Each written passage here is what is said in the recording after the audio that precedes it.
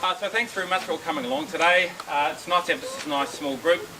This is the first eggucational presentation, I guess, rather than demonstration today for 2017. We're going to look at some predators, but mostly the fox, because it's the number one risk or threat to your chickens. So I'll be looking at that. Who has had a attack by a predator in the past? Okay, so what predator was that?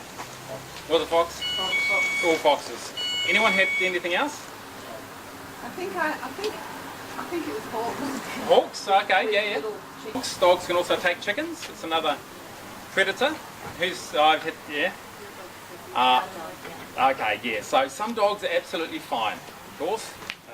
Others like nothing better to sink their teeth into a nice juicy piece of chicken. So feral cats is another potential predator for chickens. Again, in the city you don't really have that problem. It's more out in rural areas and farms that you might get a feral cat, and they might take on a chicken. But again, they're fairly inefficient killers of chickens compared to foxes.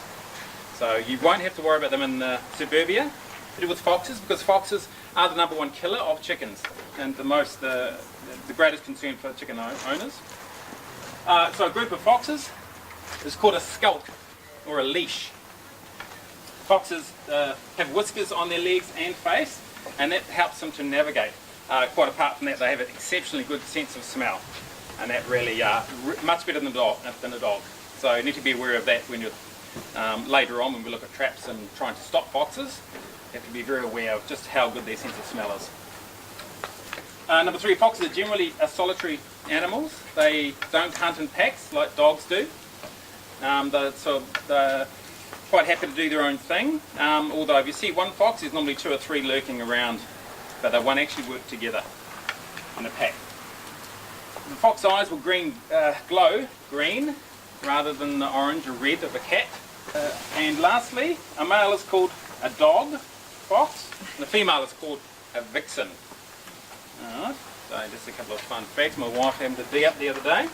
So here's a little fox that I happened to catch over Christmas. Very cute looking thing. This is in one of my fox traps, so it's quite totally unharmed. The chicken was slightly harmed, but it was actually a chicken that had passed on a couple of days earlier, and I popped that into the cage. So the chicken didn't actually suffer any damage from the fox. They're a very cute looking thing, beautiful, ruthless killer. You can see compared to the the average dog, roughly 55 to 65 centimetres in height. This is the average dog. It's a lot bigger, it's a lot smaller. Your fox is only 30 to 35 centimetres high. So they're relatively small. They're very bushy. There's a lot of fluff on them. And then your cat being 20 to 25 centimetres in height for your average cat. So in Melbourne, any ideas on where foxes might travel and how they might travel in Melbourne and suburban Melbourne? Trains. That's right. Yeah. There's no need for Mikey for the old foxes. They certainly love to utilise the existing infrastructure as far as the railway tracks, and they come out at night, and that's often how they get from Mount Dandenong, where there's huge numbers of them. They'll come out at night and travel along the train lines and get off into the suburbs. They can walk for up to 10 kilometres quite happily. They do travel a fair way. And they'll head off into the suburbs from your train lines, or head into parks. A lot of them will live in parks, on golf courses, waterways, all popular areas for the fox.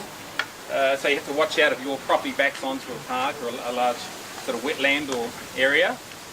They can, see photos, I think it was The Age, a journalist took a few photos of a fox on the roof of a house. I might have even sent that in one of my emails. So they're very good climbers, and they can go from house to rooftop to rooftop, especially in more dense sort of urban areas when you have a lot of almost terrace houses, quite close to each other. Now, foxes love the city. They really do thrive in the city. There's lots of places for them to hide. There's plenty of golf courses and whatnot, of course, and parks, but also just under buildings, places where people can't really access. The fox can find all those nooks and crannies underneath buildings. There's a plentiful supply of food, of course. All the restaurants that we have, all the rubbish bins and whatnot, all the food waste It's all outside in the big bins. They take away now and again. Foxes are quite adept at getting into those bins, and it's an abundant food source for them. Foxes feel quite safe in the city, and they can still be well hidden from the general population. So they will tend to come out at night time. They are nocturnal, but they are increasingly coming out during the daytime as well because it's so safe for them. They won't get shot in the city like they would on farmland. As I say, there's a lot more food, people that are quite friendly to them, so they tend to thrive. Cat and dog food, that's another popular meal for the fox. So again, with the increasing number of domestic animals that we have and we like to own, if you leave your food outside at all, a fox will quite often get along there and just clean it, finish it off. Very popular. They do have a very good sense of smell and they're very, very observant. They're quite happy to sort of hide up in trees and bushes. They can actually get up a tree, the right type of tree obviously, but they can climb pretty well. They're very, very adept at climbing, and they're quite versatile. They can be in hedges though. They'll be just quietly observing without you even knowing that they're anywhere there. It's very, very quiet. One thing I really noticed about this one that I caught, it's just dead silent the whole time, not a murmur from it. I did hear another story about someone who'd had a dog. So a lot of dog owners think that they won't have any fox attacks because of their dog. But unfortunately it's not always the case. It can be, dogs can certainly help, but not always. If a dog's on a lead or a chain at night, the fox can often work out the length of that lead and they can work out their safe zone. Alright, very clever animal. That is just by observing. And you often know, for the customers that come to me and say that the one day of the year that I left my coop open is the one day that the fox came and ate all my chickens. Very observant, and they're just doing the rounds, and they notice change. If there's a slight difference, if they find, they know that if a dog's on its lead, on a leash rather, or a chain, they know that fact. They can observe that, and they know that okay, it's safe for me now to go in and make a go at the coop and try and break in and maybe and get those chickens out. So don't get too complacent with regard to having a dog and that you're safe. Yeah, say it's not always the case. Fox is very clever. So different ways to catch the fox. One of the better ways is probably the fox trap a cage. It's quite a useful device because of course you don't harm the fox at all. And the hardest thing is just encouraging them to actually feel safe enough to actually enter the trap. The good thing is that if you happen to trap something that you shouldn't be trapping, like a chicken for example, which is what I've done a few times now, you can just lift up, there's a bit of a flap at the end of the trap and you can just release whatever's, or whether it's a native animal or anything like that that's in there that shouldn't be. So it's very easy to release animals. When I first set up my trap, when I was having problems I think in December, and I started one of these traps, I got one going just beside my caravan. For the next 2 days I caught chickens. So I had to go and look in the morning, and sure enough there's a chicken doing circling on the inside. And I would always find an egg there though too, so at least it was productive in that cage. As far as baiting for one of these, a fox, I say, has an exceptionally good sense of smell. We normally use fresh chicken, clean chicken pieces, tie it to a bit of string and just drag it from maybe 20 or 30 metres away, dragging it to the front of the cage. With their, you won't be able to smell it of course, but the exceptionally good sense of smell that foxes have, they'll pick up that scent and like a spider, they'll sort of just follow that scent like breadcrumbs rather, right to the entrance to your cage. The key thing though, of course, with fox being very sensitive to smell, they can smell, sense anything like chemicals. If you wash your clothes, the washing detergent, they'll smell that. That's on your cage. If you've been touching your cage, your body touches the ground around the area of your fox trap, they'll smell that and they'll be far more wary of getting anywhere near your cage. So you have to be quite careful as far as the clothes you wear and exactly how you handle your trap. Sort of the more natural and sort of earthy smelling, I guess, your cage is, the better the results you'll have. The fox will be far less wary. Finally, removal and disposal of your foxes. Right? So if you catch your fox, you've then got to do something with it. All right, so you don't want to be just releasing it. So you can take it to the RSPCA if you have one nearby. You can. Some vets will put your fox down free of charge. So they're worth a call. Local council, they sometimes have a program whereby they can come and euthanise the fox, and Also, the dog pound, it's probably worth giving them a call too, and also the animal shelter. So there's a couple of different options as far as disposing of your fox once you catch them in the trap. Can I just mention a couple of things as well? Even people in suburbia that are surrounded by houses and they haven't got hardly any backyards, foxes will smell, if the wind's blowing in the right direction, they can smell up to a mile away that there's a chicken in that area. So it doesn't matter how big or small your backyard is, they can sense it. So just keep in mind that you're not protected just because you've got houses all around you. They will come and they'll find a way to get to your hens. So that's just something to keep in mind. Cool. So what's the proportion of attacks at night as opposed to during the daytime? Probably I'd say about 95% would be nighttime attacks. But yeah, increasingly the foxes are becoming increasingly brazen, and they certainly are coming out a lot at night. I've seen one, often the younger ones. Younger ones are a lot easier to catch than the older foxes. Oh, it just makes sense, doesn't it? They've been around the traps for a lot longer, the older foxes. I've learned all the harsher lessons in life. They've had a few narrow escapes, and they are very clever. I did hear of someone a hunter actually, who found a blind fox in the best condition he's ever seen a fox in, and it was completely blind, totally blind. And he said it shows you how good their sense of smell is, and their sense of direction, and their ability to kill. It didn't even need its sight. And it was said it's a beautiful condition, this fox, so it obviously done its job very well. And it had a whole litter of pups too. So how do you know between the vixen and a dog fox? How do you know the difference? Yeah. Very good question. I'm not a great fox fixer, but it's a great question. I need to find out, won't I? So yeah, that's something for me to follow up on. Yeah, definitely. Very good question. Yeah. Not sure anyone have any ideas? Sorry. Yeah, there's no while looking at them, there's no telltales on them. No. No, there must be some sort of difference. Oh yeah, great question. Right. Love those questions. Just the size. What's a classic sign, I guess, of a fox attack? Digging around the cage. What's that? They like to dig around the cage. Yeah, digging. Certainly you get signs of digging. Absolutely. Yeah, absolutely. And other signs of maybe a bit more advanced when actually, yep. One of your chickens got injured. Yeah, injured. And what Kind of injury. What type of injury are we looking for?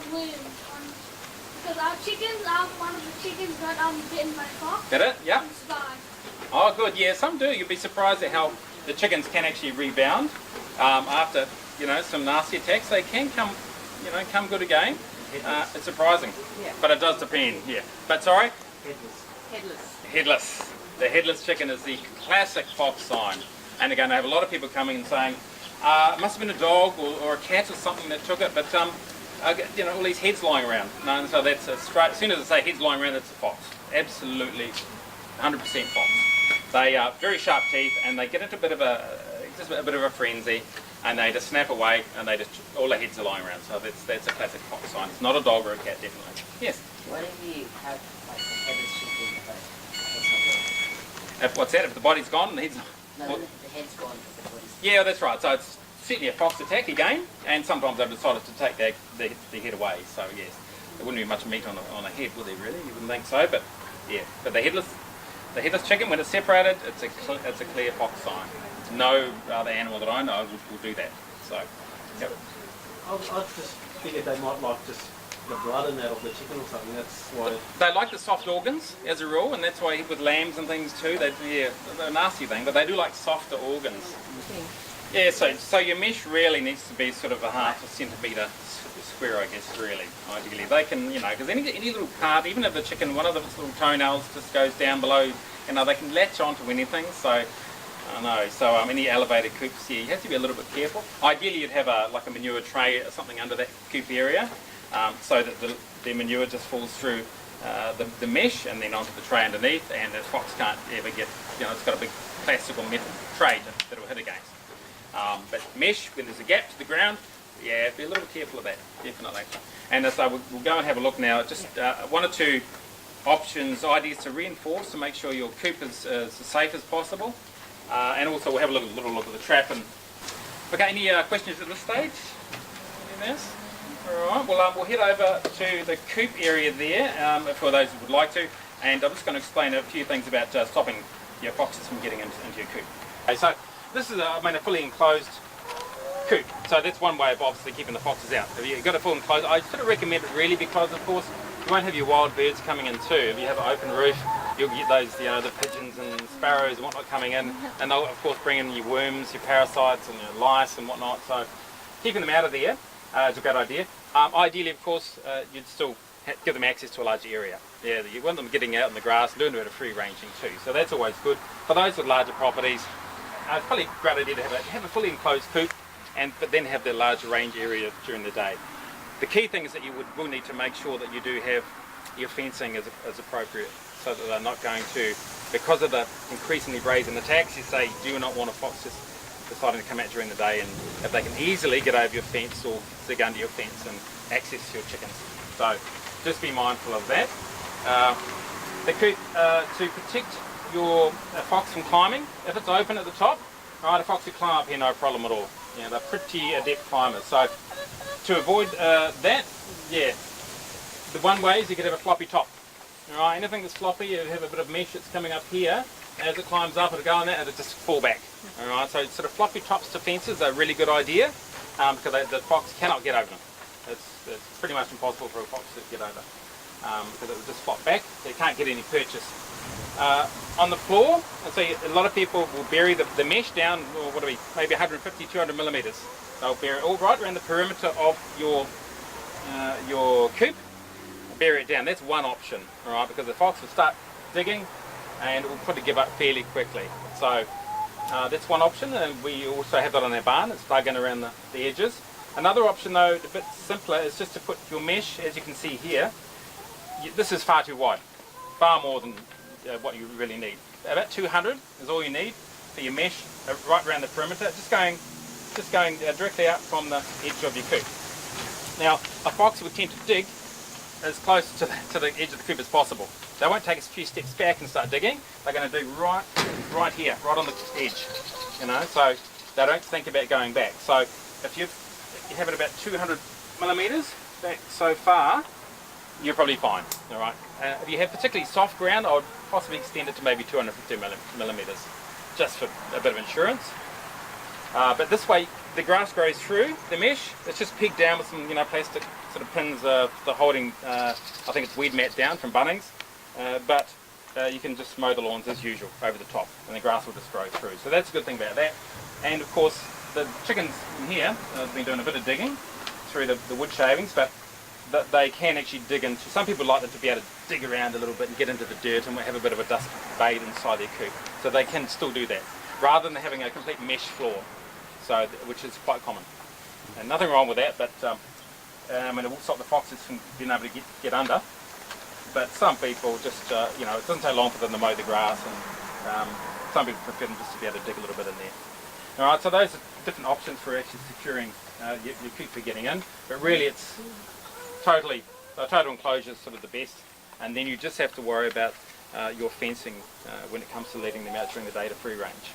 So those are the key things. Your fox trap, something like this, they're a bit stronger than for a cat or a dog, and that's what I caught our fox in. They do need to be quite sturdy because they can do a bit of damage. They can bend things. They're quite talented. There's a rod that it chewed on. So this is the rod that activates it. This is the plate where the bait sits on. It sits up on an angle, and there's this rod which just sits over here. I'll put it up soon, and a bit of weight on here. The fox stands on here, or even the chicken, and that's it. And the trap door comes down and traps it in there. So they can really go to town on these things, and that didn't take long at all. It was scratching and biting and twisting. Quite a strong little animal. I say 5 to 7 kgs for your fox, and they've got pretty powerful jaws. They can bend that wire. Wouldn't they be able to get into this wire? Through here? Yeah. No, they won't tend to get through there. No. Some of the lighter mesh, you can have some very lightweight chicken wire, sort of the hexagonal, what is it, sort of stuff. Yeah, a little bit soft to get the really low quality stuff, and if you have a little hole, I've got a few little holes in mine, just over time and whatnot, they get a bit of corrosion. You have 2 or 3 breaks, and yeah, they'll get the little snout on there, and they'll keep working at it, and they'll force their way through. So certainly, if you see any weaknesses or any breaks in your mesh, yeah, they can easily get in. I would tend to get a stronger even mesh than this. My coop at the back has a stronger galvanised mesh, and there's just no way they'll get through that. But any little hole, yeah, 2 or 3 broken links, and there's a possibility, definitely. to keep again. So a bit of scraping, a bit of scraping there too. Let's say you catch a wombat in there or whatnot. Not too many wombats around here, but anyway, then you can just safely release them. Off they go. But it's quite secure while it's all together. So people use these traps for foxes, but they also catch if they've got problems with possums and things like that. They're quite safe. Yeah, as wild well. dogs, possums. Yep. Or wild cats that are a bit of a problem. Yeah, feral cat, yeah, true, and that too. So that's a set trap there. So I say a bit of some clean chicken meat there, or a bit of tuna, and it's still going to take a few days, so until they feel safe enough to go for the bait. Yeah. And just as I say, you will catch a few chickens if you have your chickens free ranging around it, but they'll be unharmed anyway. So would you have the bait lightly on the plate? I'll put it beyond, yeah. Yep. Behind the Yes, plate? I'll put it right at the very back, yeah, actually, of the plate. Yeah, that's right. So they sort of, because it's such a wide plate, they do tend to, they can't really get around it without activating it. So, yep, absolutely. Anything else? Okay, No? so we'll wind so up. we're doing a video and blog post on it, and I try and go into a little bit more detail with the blog post, just to cover off anything. So any questions or anything, just let me know.